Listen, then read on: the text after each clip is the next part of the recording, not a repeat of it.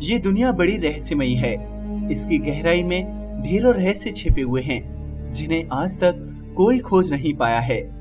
ऐसे ही एक जीव का रहस्य है जिसके बारे में सिर्फ किस्से कहानियों में ही सुनने को मिलता है, लेकिन उसे आज तक कोई खोज नहीं पाया है। इस जीव ने जापान में आतंक मचा रखा था, लेकिन आज तक उसके बारे में कुछ खास पता नहीं चल पाया है। आइए जानते हैं उस रहस्यमय जीव के बारे में। हाय दोस्तों, मैं शिवराम सिंह और आप देख रहे हैं रिसर्च टीवी इंडिया। जापान के लोग दुनिया के सबसे मेहनती माने जाते हैं। यही कारण है कि उसे टेक्नोलॉजी की दुनिया का बादशाह कहा जाता है।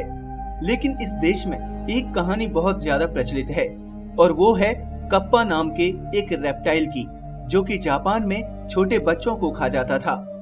रेप्टाइल वे जीव होते हैं जो पानी और जमीन दोनों जगह पर रह सकते हैं। जापान के कई किस्से और कहानियों में इस प्राणी का जिक्र मिलता है।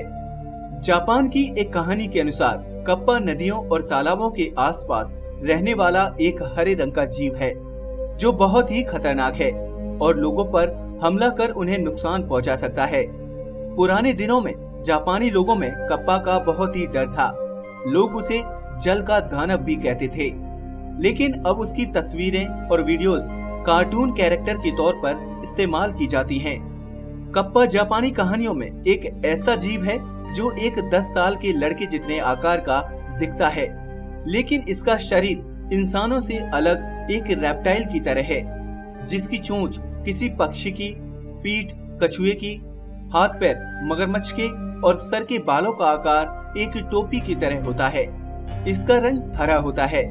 ये ज्यादातर नदियों और तालाबों के पास पाया जाता है और वहाँ आने वाले बच्चों को मार देता है। ये एक ऐसा जीव है जो पानी और जमीन दोनों जगह जिंदा रह सकता है और इसे खीरा और इंसानी बच्चे खाना पसंद है। पुराने समय में कप्पा नाम के राक्षस का जापान में बहुत खौफ था। वहाँ के लोगों के अनुसार वो छोटे बच्चों को बड़ी ही क्रूरता से मार कर खा जाता था और नदी में छिप जाता था।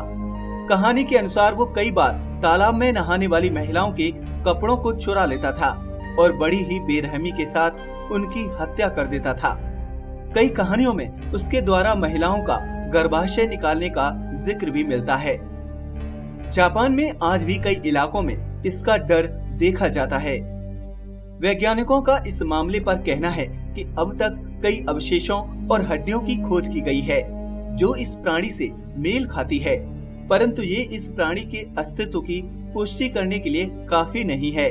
कुछ अवशेष मियाको निजो शिमांजो और उनके परिवार के द्वारा भी उपलब्ध कराए गए थे, जिनके पूर्वजों ने 1818 में एक कप्पा को नदी के किनारे गोली मारकर मार दिया था।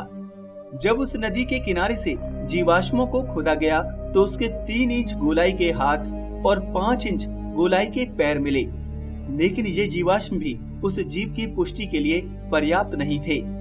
फिलहाल पिछले 40 वर्षों से इसे किसी के द्वारा नहीं देखा गया है।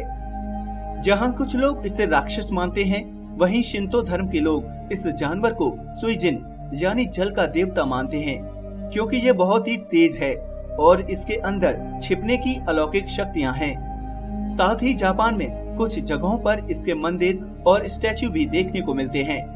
आजकल इसके कई कार्टून्स और टेलीविजन प्रोग्राम बनाए जाते हैं जो अमेरिका और जापान में बहुत ही पॉपुलर हैं।